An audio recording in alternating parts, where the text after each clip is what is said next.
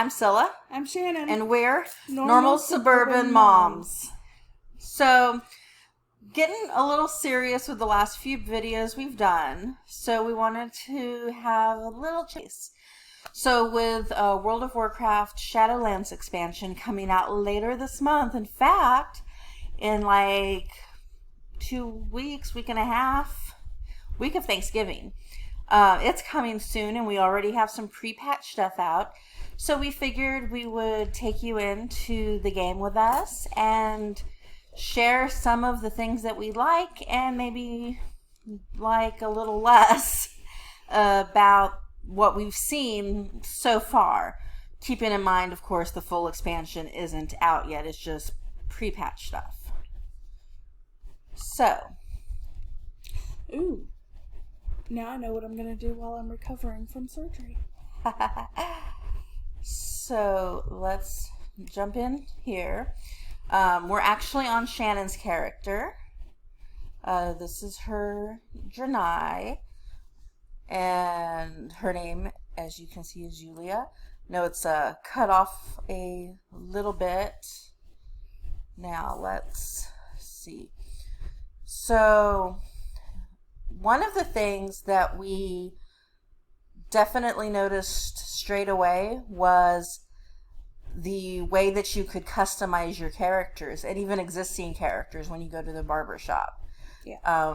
In fact, I think we spent like 2 or 3 days cycling through our characters and just changing up the way they all looked. So I'm really happy with this character now, with the way she looks. I love her. Yeah, I love how they've made it so easy to look at all the different custom options. Mm-hmm. I find personally the UI is really user friendly. As far as the Draenei specifically, it looks to me like they've added a lot more skin colors and options. Yeah, there are a lot more skin colors to choose from. Some different horn styles that they've added. Hairstyles, because I think if that one was there before, I would have chosen it before. You can customize the tail, make it short, medium, long. Customize the jewelry on the tail. It's pretty cool. There's a lot of options. Yeah. Naked or not. Yeah, you can change a lot. It gives you the option to kind of turn her so that you can really get in there and customize. Yeah, you can change the jewelry, the color of the jewelry. Like, for different jewelry, like, they'll have a silver option and a gold option. Mm-hmm. And cool. You can either scroll through them, or if you want to see everything laid out, it's really easy to just drop it down.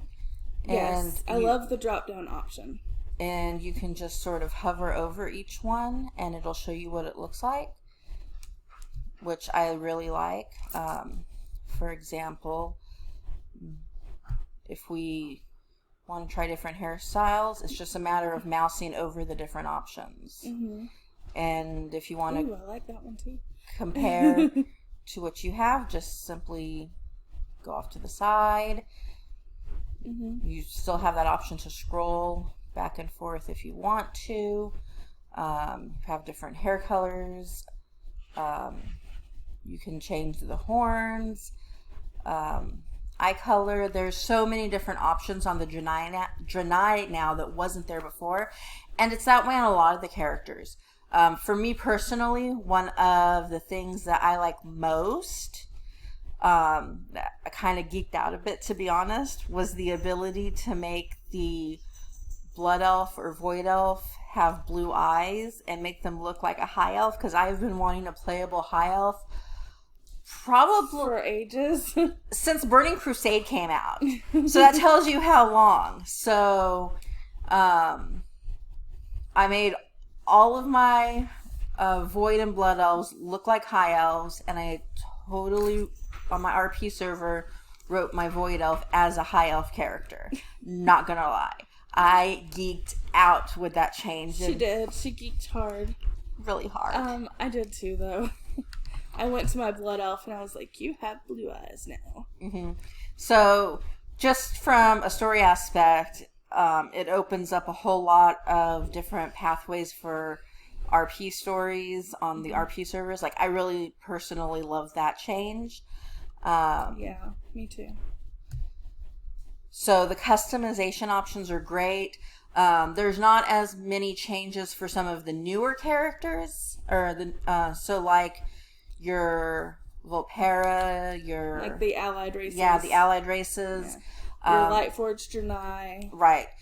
But they're new anyway, so there's not a lot of changes there. But for especially your classic races like Night Elf and Trolls, humans even, all got a whole lot of new options that I think are really fun to play around with.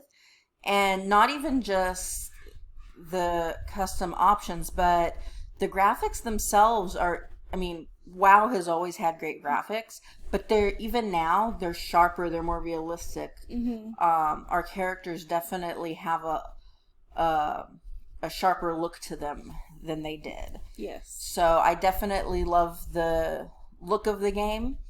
I mean, I think it even looks better than when I started playing, which was like February of this year. Well, February. Yeah, I think I started in February, and then quarantine happened, and I was all in. So yeah, like the graphics are even better since then. Now, one of the changes that I'm still on the fence about is the level squish. Our 120s are now level 50s. And I realize that you get 10 levels to level up in every expansion. But the idea of the squished back down to 50 to have to get up to 60 again, it's weird to me. We haven't had a 60 max cap since vanilla, so it's a little hard to adjust to the thought of that. Mm-hmm. And I'm still not quite sure how I feel about it or what I think of it. And both of our mains were max level. Yes. Before the squish. So I'm not sure what I think about it yet. I guess maybe I'll adjust to it and I'll be okay with it. I mean, I guess it will be fun to like quest and actually level up from quests again.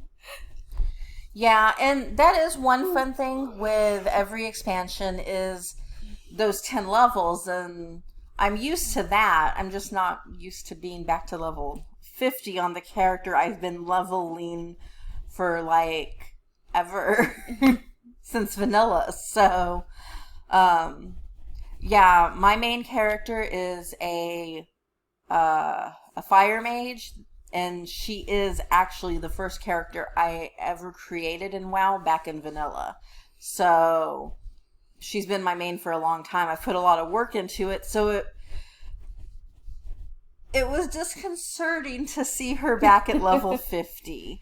I understand she didn't actually lose any levels. It was just squished, but still, to see that number is a little disconcerting. Like I said, I'm a fairly new player, so I don't know, it doesn't really bother me that much. And I went through several different races and a few different classes. I've kind of stuck with mage the whole time. And then I discovered arcane mage. So I was like, oh, I'll try fire mage. Just not my thing. It's her thing. But arcane mage, oh my gosh, I love playing an arcane mage. So, I had also never seen the World of Warcraft movie, so we watched it, and I was like, what are the blue things that they were killing at the beginning? And she's like, oh, those are Draenei. So I looked them up, and I'm like, ooh, I like them. So I went through quite a few. Yeah, hers was more of a try it out and before she found her main. I definitely explored a lot more. But yeah, I love this character. Like if I was a character in WoW, I would be her. So I guess it's a good thing she's my main. So, as far as storylines, I've tried to stay away from spoilers because I don't want to know too much. I know, I've seen the trailer with everyone else. I know Sylvanas has the power from the Lich King, and I realize that's not a power Sylvanas, of all people, needs to have. And I'm looking very forward to seeing where that goes, how the ropes in the Horde and the Alliance, because she's person non grata with both of them now. True. I feel like, I don't know, this is purely speculation. I feel like Sylvanas is going to find that she has bitten off more than she can chew. I think she may have gone too far this time. Mm-hmm. So her quest for power is ultimately going to be her undoing. I think so. I think it was always destined to be that way ever since Arthas turned her undead in the first place. Mm-hmm. So I think this could be Sylvanas' last stand, and it's gonna be a little bit tragic of an ending, I feel, because I know Sylvanas has done a lot of really bad things, and I don't condone that, but what Arthas did to her in the first place was really horrific.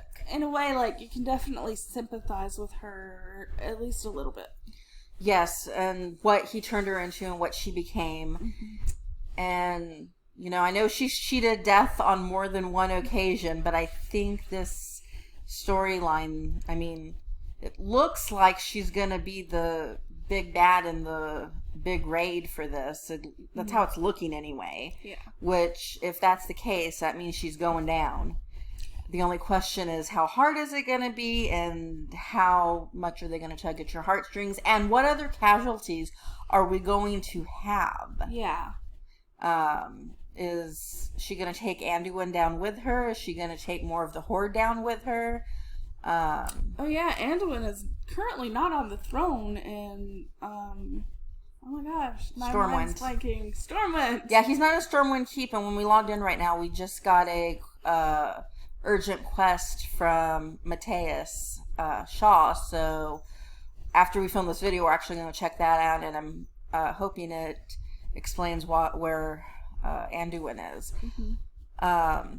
Another little tidbit about this that I kind of like, I know it's not actually in the game, or it hasn't been referenced in the game yet, but in the novel that was written leading up to the game, they actually put Matthias Shaw and Flynn. What's his last name? Oh my gosh, I can't remember. Or was Flynn his last name? No, I think his first name is Flynn. Oh my gosh. We just started calling him Damn It Flynn through most of the last expansion, so I forget his last name now. We were like, why are you taking us on these stupid quests, Finn? Damn it, Finn, another So, yeah. Flynn. I'm blanking on... It's like Flynn Fairweather or Flynn... I think that's something like that. Anyway. Fairrider, I don't know. Anyway, you can find him in at the harbor. Borealis. Yeah. I remember that city name. Jeez. Yeah, anyway, Flynn, the Flynn that's in Borealis that takes you on all of those quests and gets drunk a whole lot. Anyway, and had a lot of good banter with Matthias in the last set of quests in the last expansion.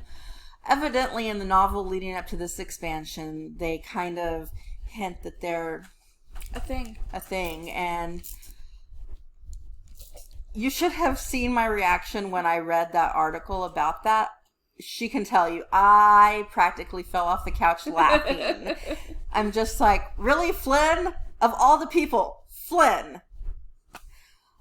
But I kind of hope they at least put a little reference to it in the game, because I think that could be a lot of fun. First of all, it's nice to see an LGBT couple in the game. We don't see a whole lot of that, especially for it to be a character like Mateus that's been around so long. Just our imaginary ones with our characters. Oh yeah, our characters are engaged. We like have this whole thing. My character is planning a wedding. It's a little ridiculous. We're nerds, whatever. Total. We're girly nerds. So anyway, the fact that even in the novel that there was the inclusion of the LGBT couple was kind of neat, and I hope there's at least a little reference to it. And while after the banter between them, I'm not sure how easily I can see Mateus and Flynn together, it would definitely be an interesting story. You know who I think is low-key gay? Jaina. You think so? Oh, yeah. Oh, yeah. Maybe. I think she is. Maybe wishful thinking, y'all, but I think she is. Could be. Anyway, so those are just a few of our thoughts on some of what we've seen in the game so far, and kind of just to switch things up and make it a little less serious. I'm sure that after the expansion comes out and we play it for a week or two, we will have an update on our thoughts on that. Definitely. But for now, we have a quest to go do and maybe a king to go save. Fingers crossed. So we're going to go see what Mateus wants, and we will see you next time. Subscribe, like, share, all that stuff. Help us grow this channel. Ring my bell. We're really having fun with it. I know some of you guys we've upset with some of our videos, but you know what? We have a variety of opinions. We have a variety of fun. So subscribe. Okay. Yeah, subscribe. We may say something you like one day. All right, guys. That's it. We'll see you next time. Bye.